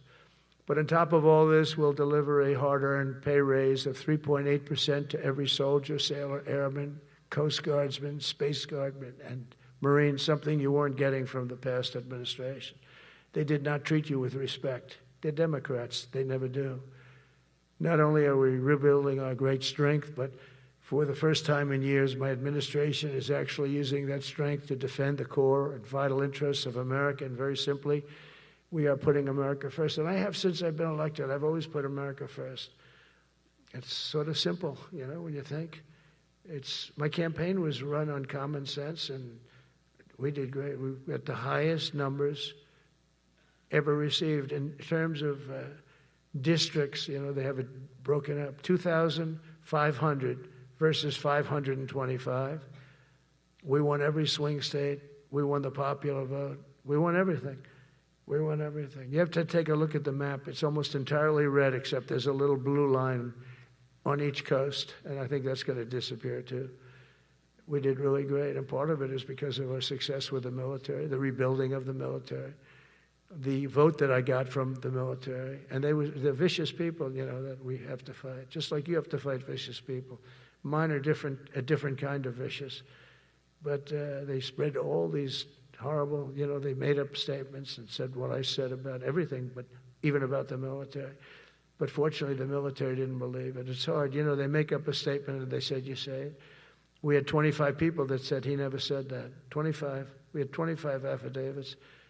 And they said, well, we're going with it anyway. You know, these sleazebags. And it's why the press is really losing all power, because people aren't believing it. We need an honest press. We need borders. We need borders. We need an honest press. We need fair elections. I mean, those three things. And we don't have an honest press. We have a really corrupt press. But we fight through the corrupt press. And the people understand you have to do this stuff a lot. You have to go on television a lot because you can't get a fair shake if you're going to rely on somebody else. They don't understand. They've destroyed the image of media now is at the lowest point it's ever been. It's lower than Congress. Can you believe that? It's something. But together with many of you in the room, we've brought back the fundamental principle that defending the homeland is the military's first and most important priority. That's what it is. Only in recent decades did politicians somehow come to believe that our job is to police the far reaches of Kenya and Somalia while America is under invasion from within. We're under invasion from within. No different than a foreign enemy but more difficult in many ways because they don't wear uniforms. At least when they're wearing a uniform, you can take them out. These people don't have uniforms. But we are under invasion from within. We're stopping it very quickly. After spending trillions of dollars defending the borders of foreign countries, with your help, we're defending the borders of our country from now on. We're not going to let this happen. Biden let people come in from prisons, mental institutions, drug dealers, murderers. You know, we had 11,488 murderers allowed into our country by this guy who had no clue. He had no clue. He shouldn't have been there in the first place, but he had no clue. The people that ran the office, the White House, were people that surrounded him, radical left lunatics that are brilliant people, but dumb as hell when it came to policy and common sense. And they allowed people from all over the world, from the Congo. They opened up prisons in the Congo. They came into our country totally unmatched, unvetted, unchecked. And from all over, South America, not just South America. You know, you think South America, no, but from all over. A lot came in from Venezuela. Venezuela emptied its prison population into our country. That's why they have Tren de Aragua, one of the worst gangs ever. But we took care of them. We took good, strong care of them. And I just want to thank the National Guard in Washington, D.C. It's embarrassing to say this. Now I can say it because we solved it. But Washington, D.C. was the most unsafe, most dangerous city in the United States of America. And to a large extent, beyond. And beyond that. You go to Afghanistan, they didn't have anything like that. You go to countries that you would think there's problems, they didn't have that. And now Washington, D.C., after 12 days of serious, serious intensity, we took out 1,700 career criminals. If you have 5 career criminals, they can make your numbers look very bad because they'll commit many crimes a day. But we took out 1,700, and they took them out. There was no doubt who the boss was. They did an unbelievable job. Then they started even cleaning. I said, I don't want them doing that, sir. They were cleaning it up. I drove through it 2 days ago. It was beautiful. People are walking down the street holding hands, man and wife, coming from Iowa. They're not worried about being shot. Washington, D.C. is now a safe city. In fact, I went out to dinner with my crew. I haven't done that. In theory, I wouldn't do it. And I felt totally safe. And nobody's been attacked. Nobody's been hurt. Washington, D.C. went from our most unsafe city to just about our safest city in a period of a month. We had it under control in 12 days, but give us another 15, 16 days. It's perfect. And people other than politicians that look bad, they think, the Democrats run most of the cities that are in bad shape. We have many cities in great shape too, by the way. I want you to know that. But it seems that the ones that are run by the radical left Democrats, what they've done to San Francisco, Chicago, New York, Los Angeles, they're very unsafe places. And we're going to straighten them out one by one. And this is going to be a major part for some of the people in this room. That's a war too. It's a war from within. Controlling the physical territory of our border is essential to national security. We can't let these people in. We had no people enter in the last 4 months. 0. Even I can't believe that. We had millions coming in, pouring in. 25 million all told. And of those 25 million, many of them should never be in our country. They would take their worst people and their people from prisons and jail, and they'd put them in a caravan and they'd walk up. CNN was interviewing one person. Oh, why are you coming? I want freedom. Good. Were you in jail? Yes. For what? Murder. I said, you had to see this anchor, a young woman. She's like, I couldn't believe. She'll probably lose her job. But because the left doesn't want to hear that. But we're running it based on common sense and based on love of our country. But I want to salute every service member who has helped us carry out this critical mission. It's really a very important mission. And I told Pete, we should use some of these dangerous cities as training grounds for our military, National Guard, but military. Because we're going into Chicago very soon. That's a big city with an incompetent governor, stupid governor, stupid. They threw him out of his family business. He was so stupid. I know the family. He becomes governor. He's got money. Not money that he made, but he ran for governor, he won, and now he criticizes us all the time. And last week they had 11 people murdered, 44 people shot. The week before that they had 5 people murdered, 28 people shot. Every weekend they lose 5, 6. If they lose 5, they're considering it a great week. They shouldn't lose any. You shouldn't lose any. This is civilization. And he's always up there saying, we're in very good shape. We don't need the military. No, they need the military desperately. How about Portland?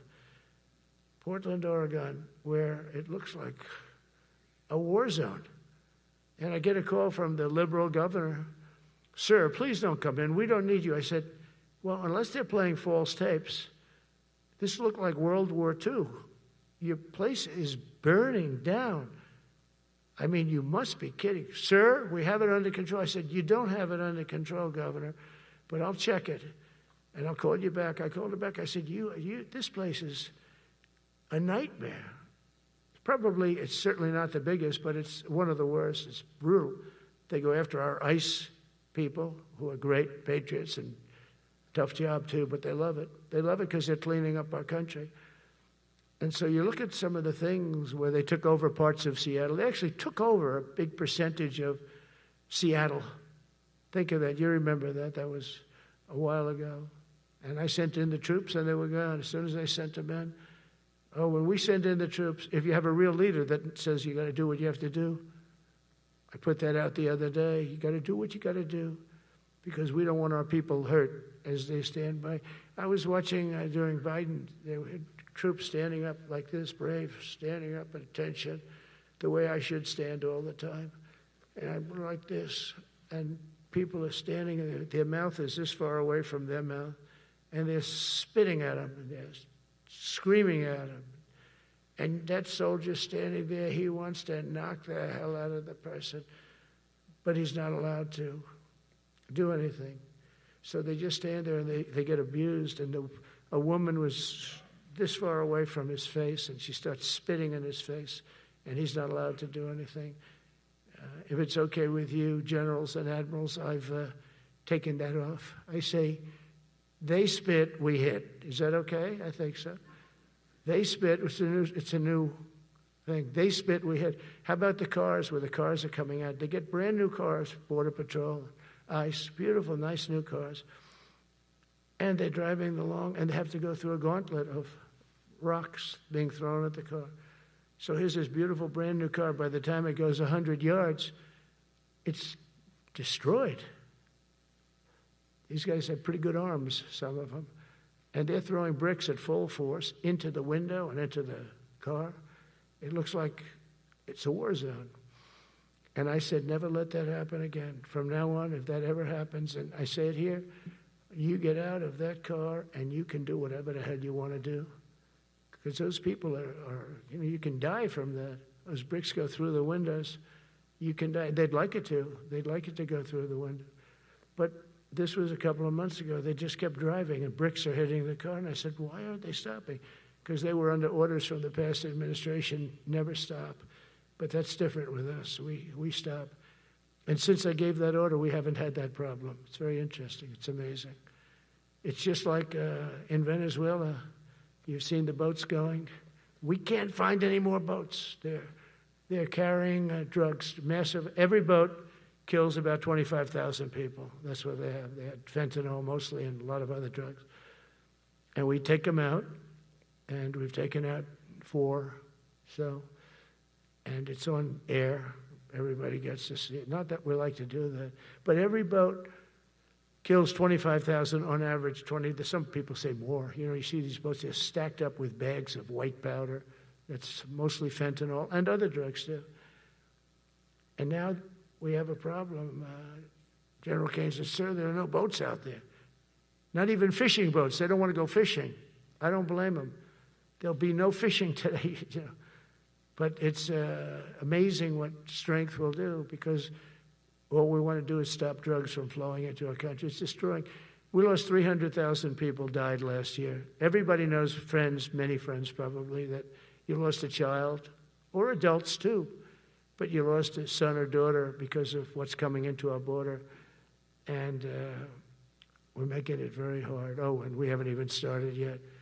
Last month I signed an executive order to provide training for a quick reaction force that can help quell civil disturbances. And this is going to be a big thing for the people in this room because it's the enemy from within, and we have to handle it before it gets out of control. It won't get out of control.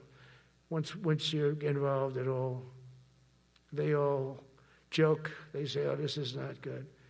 You saw it in Washington. We had gangs of Trendy Arag with 10, 12, 15 kids. And these military guys walk up to them, and they treat them with disrespect, and they just got pounded. They just got pounded. The gang just pounded. Then thrown into paddy wagons and taken back to their country. Some are so dangerous we don't want to even do that because we don't want to, some of stone cold murders, we don't have the confidence. Even though they're not coming back very easily, we don't have the confidence. We put them in jails. But these service members are following in a great and storied military tradition, from protecting frontier communities to chasing outlaws and bandits in the Wild West. And our history is filled with military heroes who took on all enemies, foreign and domestic. You know that phrase very well. That's what the oath says, foreign and domestic. Well, we also have domestic. George Washington, Abraham Lincoln, Grover Cleveland, George Bush, and others all use the armed forces to keep domestic order and peace. Many of our leaders used the military to keep peace. Now they like to say, oh, you're not allowed to use the military. And you know what the people say? The people in those cities where they're being raped and shot and beat up, you know what they say? We love the military. You ever see where they interview the people on the street? I've never seen somebody say they don't, unless they're radical and paid off, because a lot of these insurrectionists are paid by, whether it's Soros or other people, but they're paid by the radical left. So today I want to thank every service member from general to private who has bravely helped us secure the nation's capital and make America safe for the American people. It's amazing. The whole world is watching. Everybody in the White House, they come up to me, young women, sir, thank you. I know immediately what they're thanking. They don't have to say it. They walk to work now to the White House. We haven't had a crime in Washington in so long because we got the careers. We call them the careers.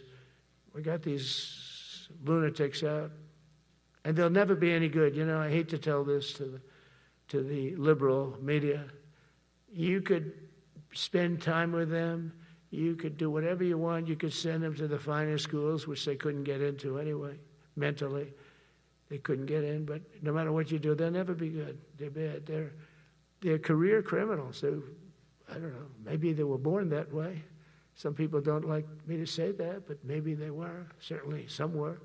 Together with the leaders here today, we're also restoring a needed focus on defeating threats in the Western Hemisphere. Throughout this region, cartel terrorists have been allowed to wage a relentless campaign of death and destruction on our country, all because we had weak leadership on top. And we did a great job with it first term, but this is something else what we're doing now. We're taking it to the next level, probably next level times 3. But we had COVID come up, and we had to take care of that. We did a great job with COVID. We had the therapeutics, it's just Regeneron, so many things we did for COVID. But we had to focus on that, and every other country in the world was being decimated by COVID. So we had to change gear a little bit to take care of that. But under our leadership, the military is now the knife's edge in combating this sinister enemy. We have to put the traffickers and cartels on notice, and we've done that. And we put them, a lot of them, we've called them a terrorist organization, which is actually a big thing to do. Nobody's done it, but I've done it with a lot of them. It gives you a tremendous advantage. If you try to poison our people, we will blow you out of existence, because that's the only language they really understand. That's why you don't see any more boats on the ocean. You don't see any boats. Around Venezuela, there's nothing.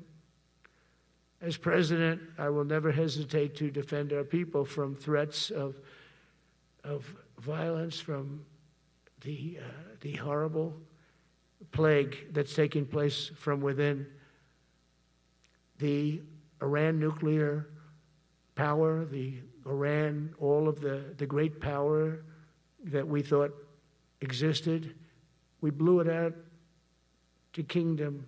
We took advantage of it, and we just really took advantage of it, and it was a beautiful thing to see, and that's what military power can achieve. That's why I chose Raising Cane. He's fantastic, by the way. I hope you all agree. If anybody disagrees, could I please have your hand? Who disappears that Raising Cane is no good? Just raise your hand.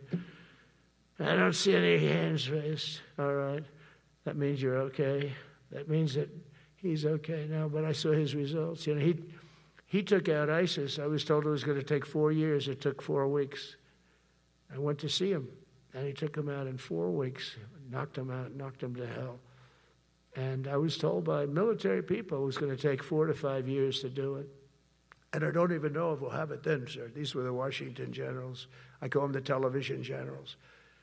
But Raising Cane did it in 4 weeks, took out 100% of the ISIS caliphate. As a result of these actions and many others since my inauguration, we're witnessing the triumphant return of peace through strength. We have great peace through strength.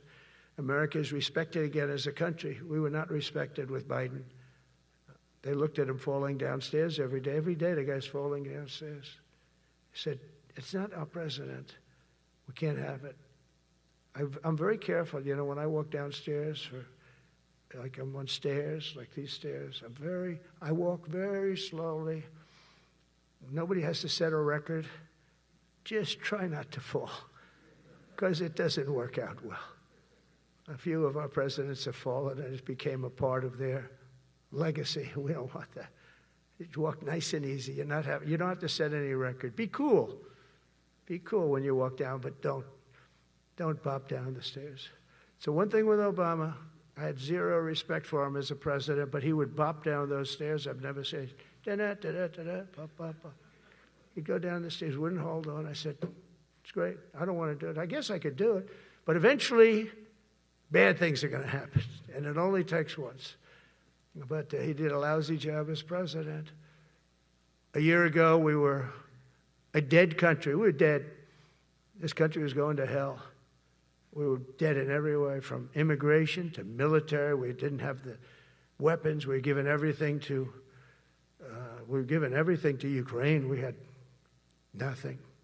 And by the way, I have to tell you, now, as you know, I went over and I met with NATO, and NATO raised from 2 to 5, which everyone said 5% of GDP. Millions and now trillions of dollars are pouring in. They didn't pay the 2% because they know we were there to pay it. And now they paid the 5%. That's trillions of dollars. And we're not spending any money on that war, not 10 cents.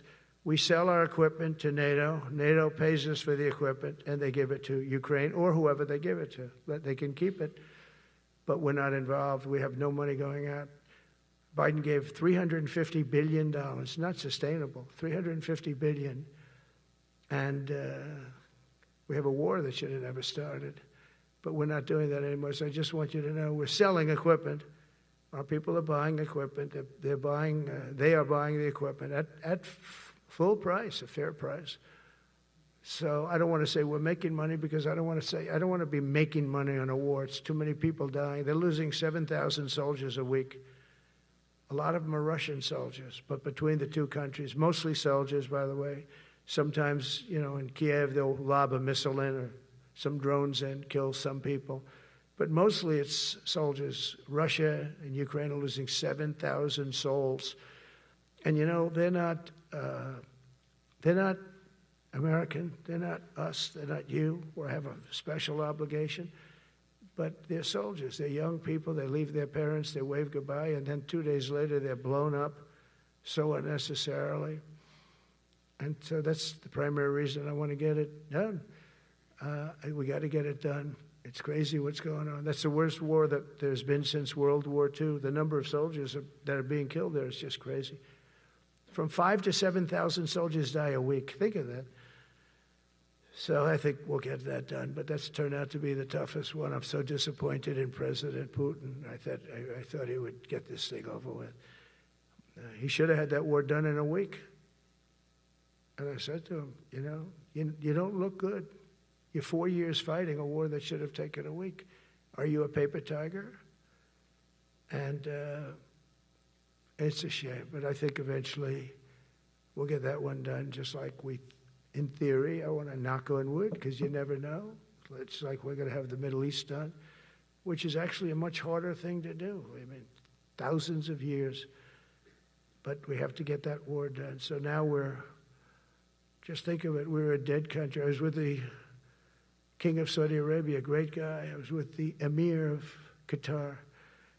I was with the great leadership of UAE. I was over there. We brought back $2 trillion and more. They ordered 200 planes, Boeings. They ordered so much, and they were great. But they all said essentially the same thing. They said, 1 year ago, you were a dead country, and now you're the hottest country anywhere in the world. We're the hottest country in the world right now. The absolute hottest country in the world. There's nobody even close. Putin said that to me. We met in Alaska, had a good meeting. Then he went back and started sending drones into Kiev. I thought we had a good meeting. But it's one of those things. But we were a dead country a year ago, and now we're the hottest country anywhere in the world. Think of that. You can be proud of that. And you must have felt like hell when you have a wife or a husband at home, and you used to read the numbers that we can't get people to join the Army, Navy, Air Force, Marines, Coast Guard. You must have felt like, I have a job that nobody wants. That doesn't feel good. Well, now you have a job that is brimming over with people wanting it. They want it. And you're able to get a much higher quality because now you have your choice. You want so many. And we're going to have many, many people that aren't going to be able to join because of the fact that we don't need them at this moment. But think of it, what a difference that is from, I could just imagine 2 years ago, you're reading front page articles in the New York Times, of course, and Wall Street Journal. They always give us unfair stories. But they played it so big. They were playing it so big. Nobody wants to join the Army, the Marines, the Air Force. They don't want to join. They don't want to join the Coast Guard at all. Nobody wants to join. Nobody wants to join our police forces. Our police forces also. It's almost went hand in hand. And I used to say, boy, I'm speaking in front of the military today, and it's embarrassing because I'm speaking in front of people who have a job that other people don't want, but now you have a job that everybody wants. So I think that has to make you feel good. It's one of the reasons I love being here today, because I wanted to say that. I have to say that. Everybody wants to be in the Army, the Navy, the Air Force, the Marines. If you think the Coast Guard and Space Force, our beautiful Space Force, it's a whole different world. And now they're signing up, by the way, seriously big numbers for the police. Dangerous job, isn't it? Huh? Fire department. But that's the paving the way for progress once thought almost impossible. I mean, a year ago, you wouldn't have thought that was possible. A year ago, they were talking about making the military smaller because they can't get the people to join. We're thinking about making it larger because we have so many people. And it's nice to be able to cut people because of merit that aren't really qualified for any reason, a physical reason, a mental reason. You don't have to take them anymore because you have the pick of the litter. And they all want to be with you. They all want your job. They want to be with you. They want to work with you. They'll even take your job, Got to be a little bit sharp. You got to watch it. But everybody wants to be doing what you're doing now. What a difference when I speak to you, and I can say that as opposed to a couple of years ago when I was talking to rooms where they were desperate to get people and they couldn't get them. What a difference a presidential election can make. That's all it is. It's just a presidential election. Yesterday at the White House, we put forward a plan for peace in Gaza. We announced it, and we're going to create something that was my idea, but unfortunately I got drafted. It's going to be called the Board of Peace, and it's going to reign over that territory, and we're going to get that done. And they asked if I'd be the chairman of the Board of Peace. I wasn't counting on that. I had the idea for the Board of Peace. But I'd said yes, and I guess because of that, every leader, everybody wants to be on the board of peace. And we're going to watch over that very volatile part of the world and keep it non-volatile so you don't have to get involved. We want to save you for other things or save you for nothing from that standpoint. We don't want you fighting wars, but if you have to, you're the most lethal fighting force in the world. And I would say that even 2-3 years ago, but now I say it with great enthusiasm. It's so true. And we're striving tirelessly to end the terrible war in Ukraine. And as you know, we're also working hard to get the allies to share more of the burden of our defense. Much of that has really already taken place. But all NATO members have committed to the increase that I talked about. Think of that. That was unthinkable. It used to be 1%, then we got it up to 2% in my last term. And they did not like it. And now I got it to 5%, and I get along great with all of them. In fact, they call me the president of NATO. I said, I don't think so. But they're great. They're great people, and they're spending a lot of money, and a lot of money that they should have been spending in the past. But I think Putin was a wake-up call for them, really. We're now selling large quantities of American-made weapons to NATO, and we're getting really fair pricing. We're making a lot of money. It's my hope that from Europe to Asia to the Middle East, our allies will make similar commitments to increase their military capabilities.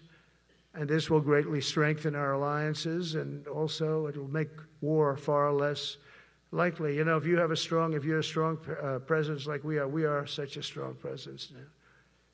And I go around bragging about that. I've said, we have the strongest military anywhere in the world. I say it. You never heard Biden say that.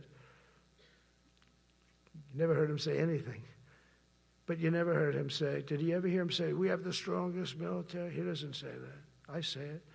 We have the strongest military anywhere in the world. We have great leadership. And I'll tell you, Pete and General Kane, all of the people that I've met that have been lifted up in rank. And we got many of them out of here, too. I'll be honest with you. Didn't like doing it, but we got many of you out of here because we weren't satisfied. We know everything about everybody. It'll also help the United States rapidly rebuild our defense industrial base. Each of you can play an important part in getting allies to do their part. So to that end, Secretary Hegseth will soon be announcing major reforms to streamline military acquisitions and expedite foreign military sales. We have tremendous numbers of countries that want to buy our equipment, and, you know, in many cases it takes too long. We're backlogged on all the equipment, which is something that's new to us a little bit. And I told those companies, you better get your ass going, because we're selling you a lot of equipment. We're getting countries to buy your equipment. You got to produce the equipment. Some of the countries, I'm not going to mention, but some of the countries are buying a lot. And that's a good thing. They're on our side 95%. I'll never say 100% because they can always turn, right? You know about that. But they're on our side. The problem is we have to get the companies that make this equipment. And we make the best equipment in the world, but they got to make it faster. We have orders for the F-35. We have orders for everything. The new F-47. We have orders for everything. They got to make it faster.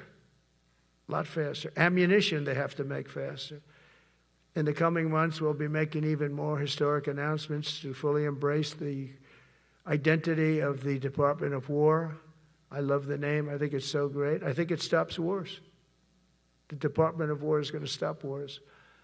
If we are as ruthless and relentless as our enemies, the United States Armed Forces will be totally unmatched in the future. We have a group of enemies that are very ruthless and very smart, but they can't match us. They can't match us. They don't even come close to matching us. Again, you know, it's very important for me to say we are the greatest military in the world, but we make the best equipment in the world. I watched our anti-missile missiles. I watched our Patriots just knock things out like a needle, hitting another needle on the stage. There's a needle up there, and you send another needle up, and it hits it every time. During the war, we went 14 for 14. We had 14, this is with Iran, we had 14 missiles coming at us. All 14 were knocked out of the sky, every one of them. We make the best equipment. From Sparta to Rome, to the British Empire, to the United States of America, history has shown that military supremacy has never been simply a matter of money or manpower. At the end of the day, it is the culture, spirit of our military that truly sets us apart from any other nation. Our ultimate strength will always come from the fierce people and those brilliant people with such pride and the unbending will and the traditions of excellence that have made us the most unstoppable force ever to walk the face of the earth. And that's what we are.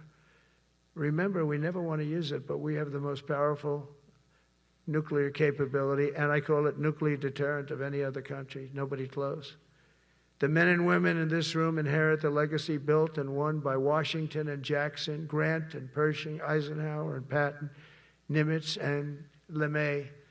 We carry forward the majestic military heritage passed down from father to son, soldier to soldier, and one generation of warriors to the next. You are warriors, you know that, right? You're great warriors, or you wouldn't be in this room. You're the best of the best. From Concord Bridge to Fort McHenry, from Gettysburg to Manila Bay, from Normandy to Sicily, and from the jungles of Vietnam to the dusty streets of Baghdad, America's military has charged into hellfire, climbed up jagged mountains, crossed roaring oceans, and thundered across open deserts to defend our flag, our freedom, and our homeland. Nobody does it like you. Now we are discovering American muscle, reasserting American might, and beginning the next story chapter in American military legends and lore. That's L-O-R-E. It is lore. When it comes to defending our way of life, nothing will slow us. No enemy will stop us. They cannot stop us. And no adversary will stand in our way. They won't stand in our way. We don't want them to stand in our way. We don't want to even put them in that position, but they're not going to stand in our way ever again. You'll never see 4 years like we had with Biden and that group of incompetent people that ran this country that should have never been there. Because we are the United States military, the best, the boldest, the bravest that the world has ever seen, that the world has ever known. With leaders like we have right here in this beautiful room today, we will vanquish every danger and crush every threat to our freedom in every generation to come, because we will fight, fight, fight, and we will win, win, win. I want to just thank you once again, and God bless the United States military, and God bless America. God bless you all. Thank you very much. Thank you.